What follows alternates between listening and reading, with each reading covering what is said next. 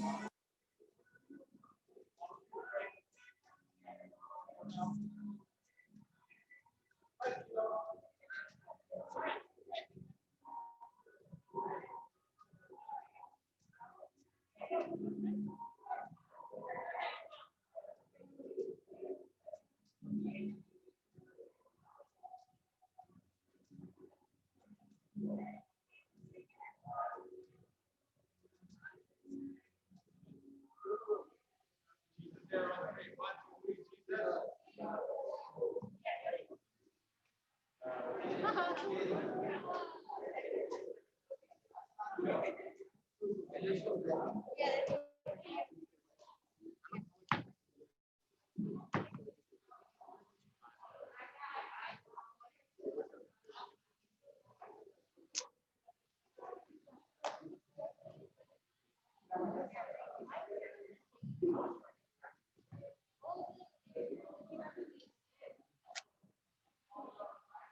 The last one is the pray vow.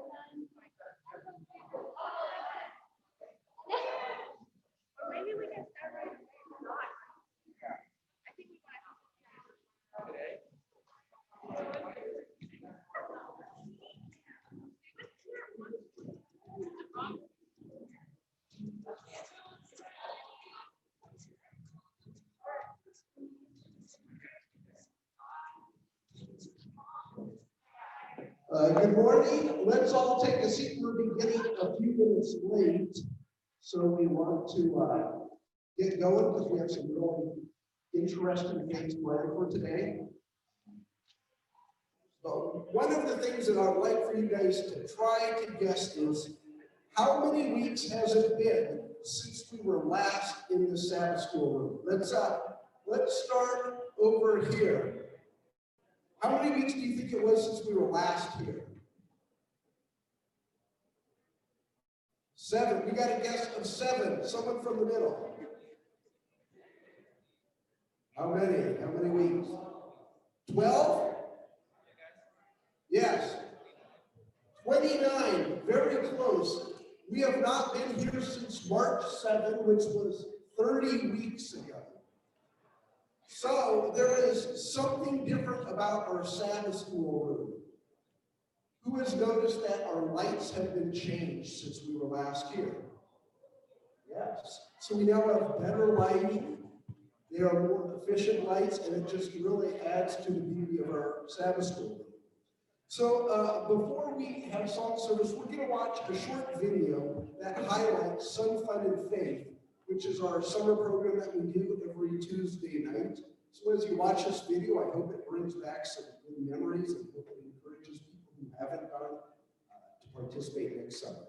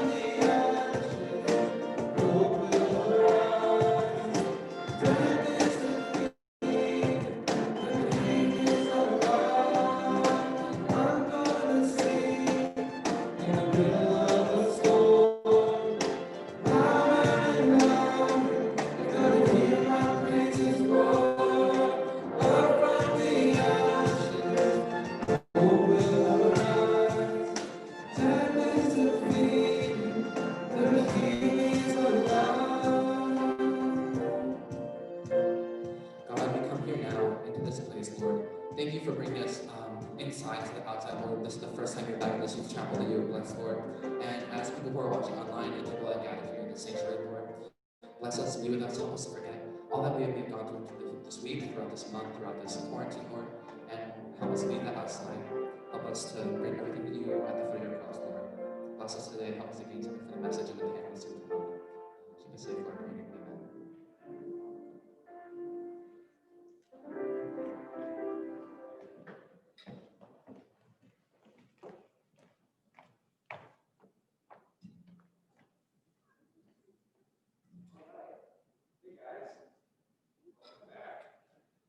So we're gonna, oh, hey guys, welcome back. We're gonna have a little activity now. It'll be like a Google search question or word or phrase, and then you guys will have to guess like how many searches there is of that word or phrase. It's called Google It, and it's gonna be super fun, and you guys should play. So there'll be a question. So like, stand up for your response once you figured out what Google Earth or what Google came up with for each item. So like, when you have your guess, stand up and I'll call on you, and you can get a prize. All right, let's have our first question. This is just a practice. How many hits did the name Lindsay get? Woo! Stand up if you think you have an answer. Jeremy, I know you have an answer. All right, Jeremy's right. It's number 3. Oh, it was number 2. Nice try, Jeremy. Next time. So that's what it will be like. That's okay. You guys can stand up. That was just a practice one. All right. How many hits did the word snorkel get? Is it 152 million, 2 million, 5 trillion, or 60 million? All right, somebody stand up. All right, I think it's number 4. I think it's 60 million. Is anyone gonna, that's my guess.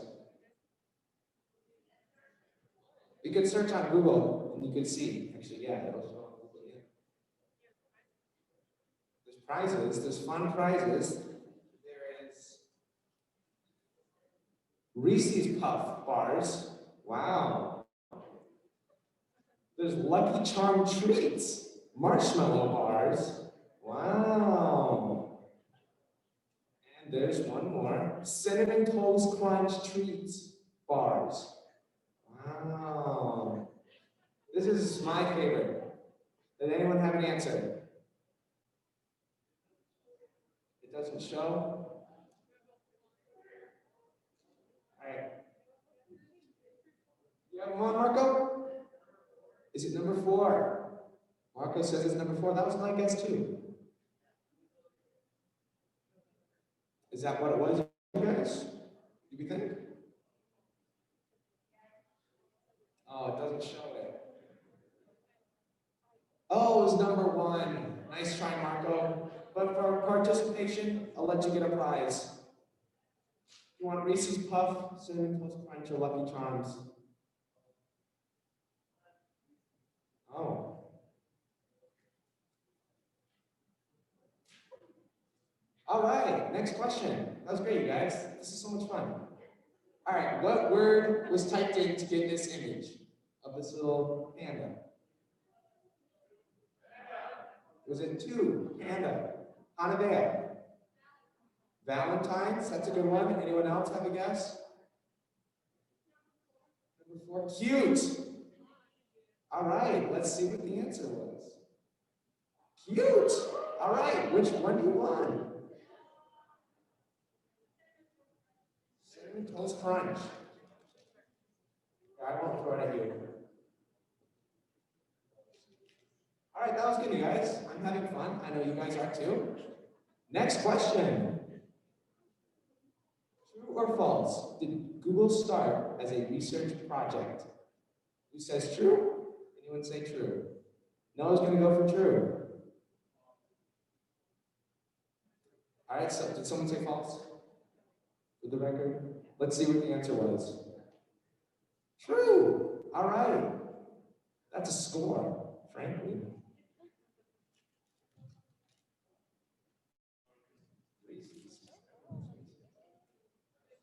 All right, good job, guys. Next question.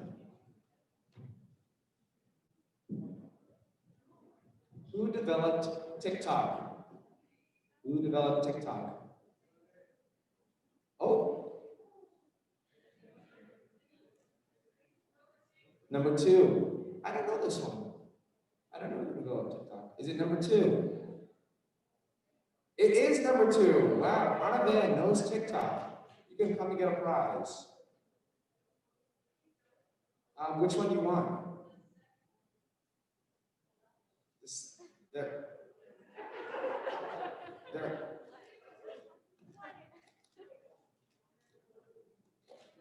Oh, you almost got it. All right, next question. Where is this location on Google Maps?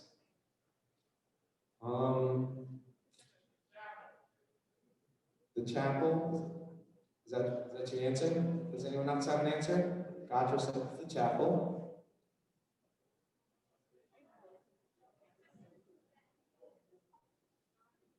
Look very closely and we'll see where it is. Do you have an answer? Memo? Yeah, that's Barron Springs High School. All right, good job, Memo. Which, Cinnamon Toast Crunch, my man. Wow. All right, next one. What is the answer to life, the universe, and everything? Is it love, God, everything, or 42? 42. A lot of people said it. I saw you standing up though, so I'll give you a second prize.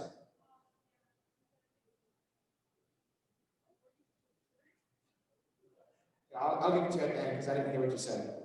I'm sorry. What?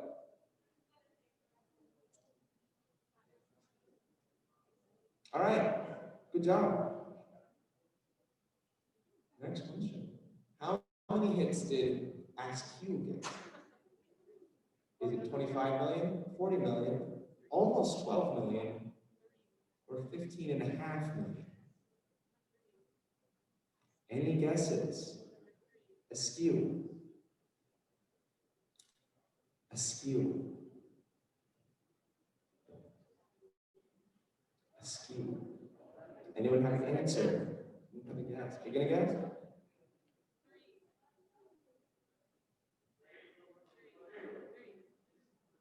You think it's number 3? All right, what's the answer? It's number 3. I do, in my hand actually, all set up just for you. Whoa, sorry, Marco. All right, next one. How often is once in a blue moon?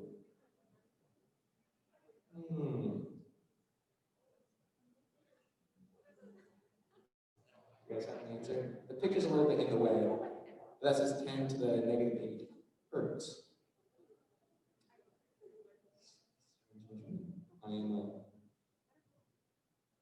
Is anyone gonna guess? I'm placing my bets on number 2. I like the letters. 3. Is that the answer? It is 3. Cool. A what? All right, here, I'll just throw one at you.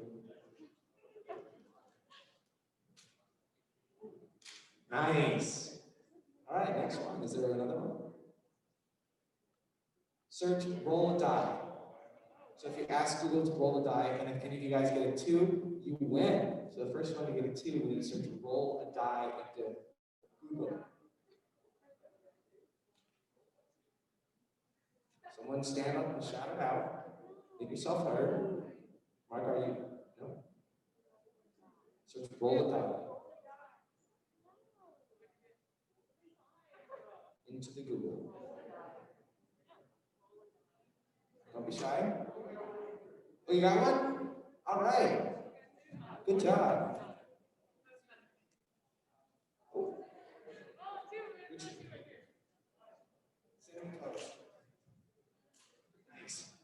You all got it too? Wait, which one? Anyone? Yeah, I'll throw it at you. Oh, nice try. Next time. Is there another question? I think there might be. Which word has more hits? Bible or universe? Or do they have equal amount of hits? Bible or universe? So you'll have to guess, or you can search it up and find the actual answer. Stand up and shout it out if you think you have one.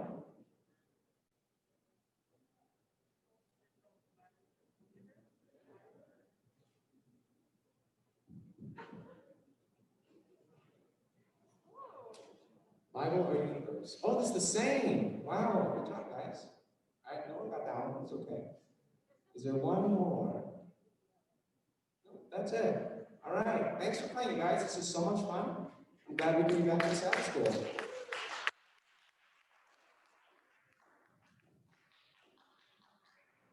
Daniel for that awesome game. And thank you, Google, for sponsoring those candy bars. Just great. All right, so I'm going to invite our panel on up. Grab your guys' chairs and come around real quick. Our panel discussion this morning is on Daniel, the first part of Daniel. First part of Daniel. So our panelists are coming up, grabbing the chairs.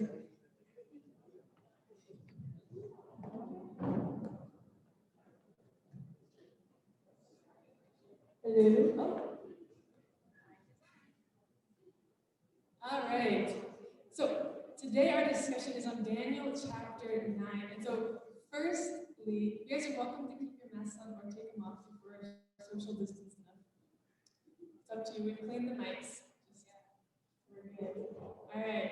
So our first question, or firstly, before we begin, can you please introduce yourself? We'll start with Hanabe over there. And tell me one thing you like about wearing masks. Okay, hi, my name is Hanabea. One thing I like about wearing masks is like, sometimes I get cold sores on the outside of my mouth. And like, it's kind of weird, you know? So like, it's nice because I don't have to show it. I look normal. Yeah. My name is Megan. One thing I like about wearing masks is people can't see my facial expressions when I don't like something. I'm Fia, and something that I like about masks that I like obviously have never done is sometimes when you're in a class and you can chew gum and no one can see. My name is Alex, and one thing I would say is kind of like me, I make some weird facial expressions sometimes. Hi, I'm Josh, and I'm not following the class, That is true, very good. I was at the Secretary of State yesterday, this is a really side note, this one of the guys, he was doing his driver's ed test, and then in the middle of it, he said, "Oh no," like really loud and quietly, we had like 7 people in there. And then the poor guy, he had a nosebleed in his mask, and it just went everywhere, so they helped him. But one thing about masks is it catches nosebleeds. Positive, all right, okay. Poor guy, I felt really bad, but he passed it after that.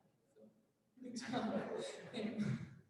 All right, so we're gonna go dive into Daniel chapter 9, the first part. And would someone give me or give us an overview of Daniel chapter 9, 1 through 19?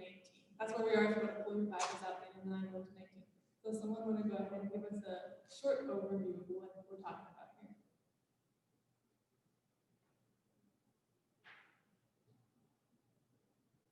Okay, so in Daniel chapter 1, verse 1 through 19, it's basically saying that Nebuchadnezzar, he invaded Jerusalem, and he took all the Israelites captives and brought them back to Babylon.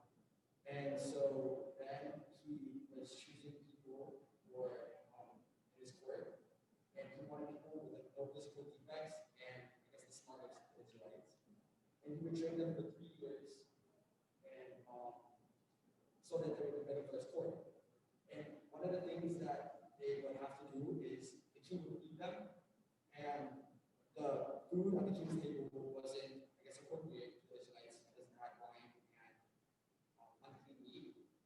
So Daniel asked the chief eunuch, and the chief eunuch, I guess, liked Daniel and his friends. So he asked them that they would give him a test for 10 days to see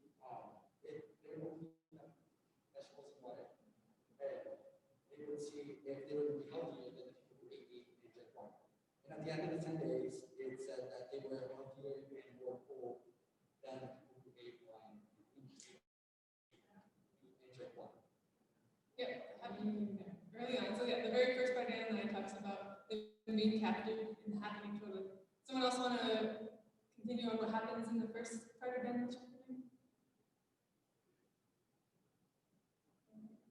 9? All right, we'll go to the next question then.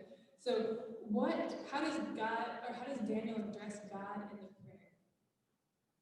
I guess I can go. So Daniel starts off in verse 4 and he says, "And I prayed to the Lord my God and made confession and said, O Lord, great and awesome God." And I was reading a couple of different versions, and one, like this one says, "Great and awesome God." Another said, "Great and terrible God," or stuff like that. And so I think later on he says, "Who keeps his covenant and mercy, and with those who keep his commandments." So I think he contrasts like great and terrible God, or great and awesome God. Then he says, "Who has mercy?" And so I think that really highlights a contrast and shows like my God has power and he can do anything he wants, but he's merciful to his people. That's very good. Very good. So hearing God's titles throughout these, hearing he's merciful, what does that tell us about God like in our daily life? So Daniel 9 verse 9 says, "The Lord our God is merciful and forgiving, even though we rebel against him." So it kind of paints God as this merciful and forgiving God, but also a God of justice. And you might have messed up, but there's a consequence. But I'm giving you this consequence because I love you, not because I want to see you fail. There's a consequence to what has happened, right? So what does Daniel's prayer, how he prays there to God, what does that tell us about his relationship with God? They're like close friends, I guess. Like pretty tight, they can talk about anything they want to. He came to him like, okay. I think it shows that Daniel talks to God, even though God knows everything about him, he still confesses all the stuff he's done. So that, I guess, God can do it. I feel like some people, their relationship with God is like they just talk to him when they need him, specifically for prayer. And I feel like David's relationship with God was more than that. They were more friends than just God there. How do we get to that point where God is more than just something, when we need something, we're asking, "Hey God, help Sabbath school to be late so I can make it to the panel in time." Just kidding. Well, they're right out. How is God more than that? How is it that relationship, Alex, that you're talking about? I would say, because not only us needing to be, he also wants to be like in a different way. So like, a way that I don't know we would get closer.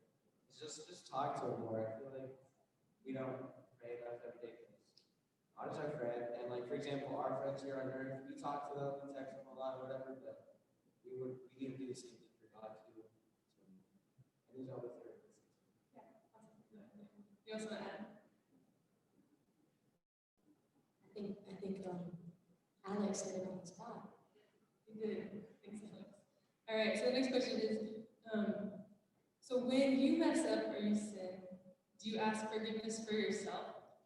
When you see your family or your church or your organizations in which we reside or in our schools, when they mess up, do you ask forgiveness for them? I see Daniel in this chapter, not just asking for himself, but asking for corporately, right? So do we do that? Do you guys do that in your prayers? Or is that something that's a new idea? Or something we should do? Usually I pray for forgiveness for myself. Like if someone does something that I'm a part of, I'm like, Lord, we messed up, can you forgive us? So I think it's more, I pray for others when they mess up as well, because in my heart, I know I need to forgive them, and I know they need to. I saw that as something big reading back through Daniel 9. I think it's really important in prayer, not to, yes, forgive, we mess up, so ask God to forgive us of those things. But also, there's times when our school or our church or our groups that we're in, that they make mistakes too, and we need to come to God individually to ask for corporate forgiveness too, right? And come corporately to ask for corporate forgiveness. So that's something that really stands out to me in this chapter. All right, next question. What does this prayer reveal about Daniel's faith? his prayer kind of, it like reflects his, a lot of his motivation for prayer. So like people were saying, sometimes our motivation for prayer is like what we need, what we want, what can you provide for me, what blessings can I get? And so Daniel, when he's praying, he talks a lot about him. He joins himself and his sins with the rest of the Jews. So it's like we messed up, we have sinned, and sometimes the sin was lack of prayer. And so I think that this relationship with God he had, his prayer, his motivation for prayer was so much of God, like this is for you. I'm praying on behalf of you. I'm trying to reflect your character.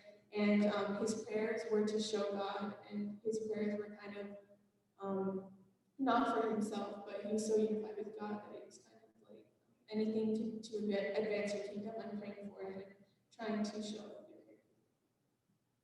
Yeah, maybe show Rebecca. So in Daniel chapter 9, verse 23, it says, as soon as you began to pray, the word went out which I have come to tell you, that you are highly esteemed. Therefore, consider this an esteemed. So it's saying that God is, because God really appreciates Daniel and he respects him, I guess. And in the sense that he even sent Gabriel to go down and come. So God also appreciates it. Awesome, amen, yeah. Totally does. You sense Gabriel, like, as soon as he started praying, like, Gabriel's like, hey, Daniel needs to go ahead.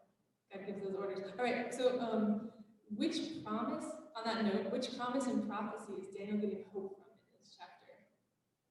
Number 11, which promise and prophecy is he getting hope from in this chapter?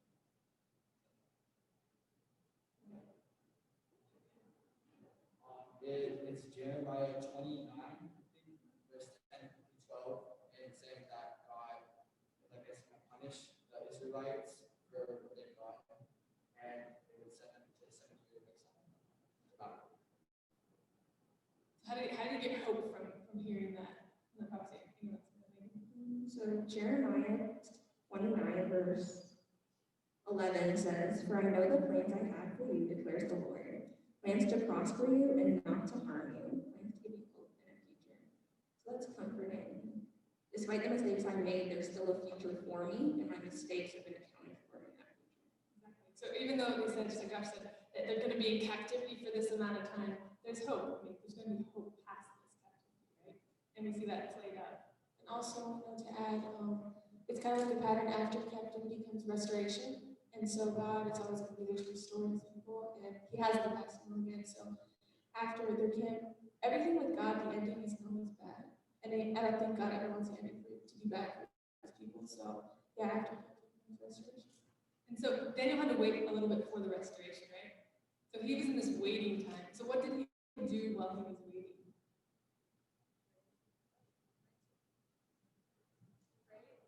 He prayed, yeah, exactly, he prayed. So what do we need to do oftentimes when there's these periods of uncertainty or waiting or we're in some sort of captivity in our lives? How do we bring that to us today? Sorry, how do we bring that lesson of Daniel praying when he has uncertainty? What do we need to do?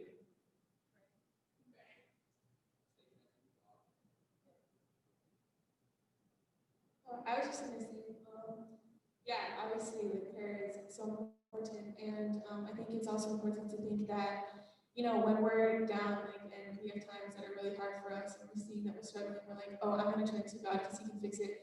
But it's really important to remember that in your lowest days, you need him just as much as you need him on your best days. And so when you're having a great day, or when all these good things are happening, we have blessings and we think it's coincidence, or we think, oh wow, I'm so lucky that this is happening to me. But you know, I don't know, there's a lot of things that talk about not being lucky, being blessed. And so I think that even when we're having our best days, even when we're having a great time, to just remember that we need God constantly. And then when we have our bad days, we think, oh, I've had God all this time, he can get through it. It's right on. We need God at high times, the low times, when we're waiting, like Daniel did, when we pray. And like you guys said earlier, the relationship with God is the key factor. Having that relationship, talking to him every day, whether it's the best day in the world or you have a nosebleed at the Secretary of State and you're doing your test. I mean, talking to him through all these things builds that relationship, right? All right, so another question. does anything stand out in Daniel's prayer that has special significance in your walk with God? Anything that stands out in his prayer that has special significance just with your walk with God?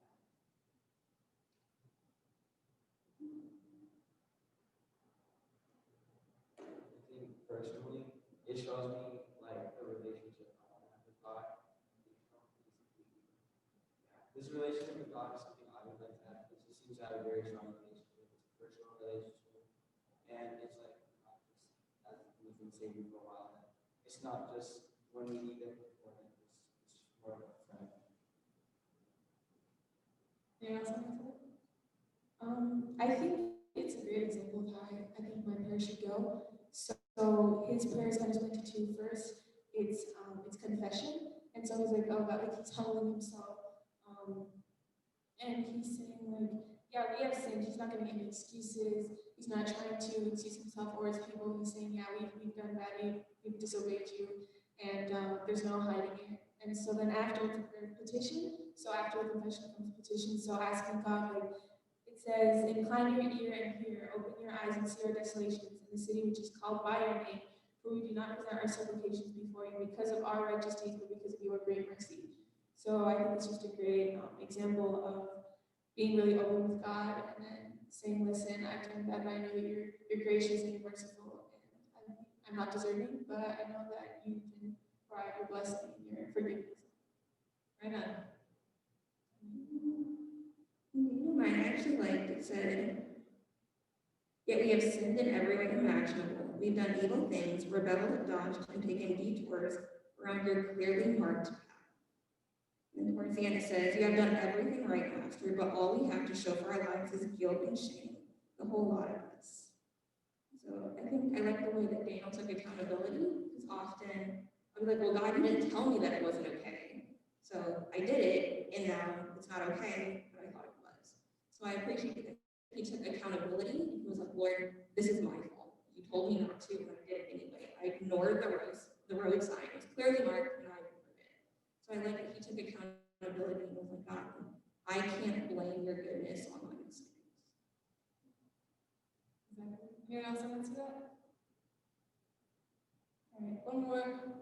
Any question before we close here to clean this place before we go to church? Anyone from the audience have questions on prayer or our prayer panel this morning? So, they're ready and waiting. All right, just checking. All right. So guys, thank you so much for your answers and your study of this passage. So I just want to encourage you guys, pray, talk to God, have that relationship like Daniel did. Confess, because I mean, these people messed up, right? And we messed up, we need to confess when that happens. And then God does bring restoration. God brings that hope into our life. Claim the promises in the other books of the Bible and all of it. All right, so we're going to have a word of prayer, and then we have a brief announcement about some really cool things coming up. And then we'll be dismissed for church. God, we're here. You know our individual walks with you. You know our individual times where we make mistakes, Father, and you forgive us for those. God, I ask corporately too, as PMC Youth Group, as church here, that you forgive us for our corporate mistakes too. I pray like Daniel, that you are great and you are merciful. So speak to our lives. God, we want relationships with you that mean something that are important. So go with us now, God. We ask your Holy Spirit lead and guide in all that we do. Thank you for your forgiveness, Father. In Jesus' name, amen. Thank you guys so much.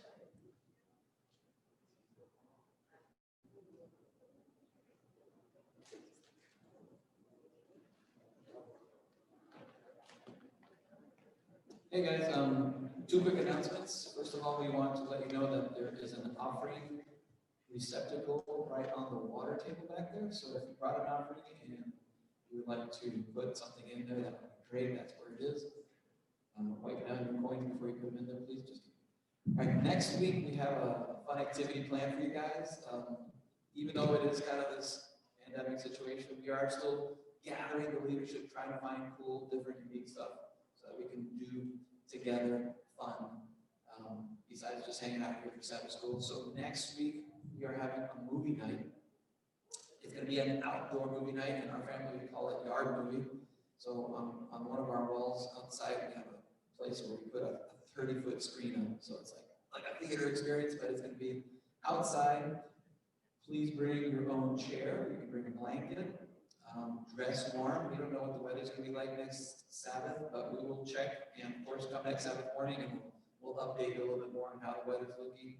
And we'll have instructions on how to get there and all that stuff. But put it in your calendar so that next week, looking for something fun to do, come over, hang out, have some popcorn, some munchies, movie night, bring your camping chair, and we'll have a fun time together. Of course, weather permitting. See how that goes. And we apparently have one more announcement. Let's see if it comes up on the screen. Is it a screen announcement? Oh yes, of course. Every Tuesday, Pizza and Parables continues right here. So this coming Tuesday at 6 o'clock, please join us here. We've been meeting up and doing some fun stuff. So don't miss out on that 6 o'clock on Tuesday. Anything else? That's it. Thank you so much, guys. Have a great Sabbath, and we'll see you on Tuesday.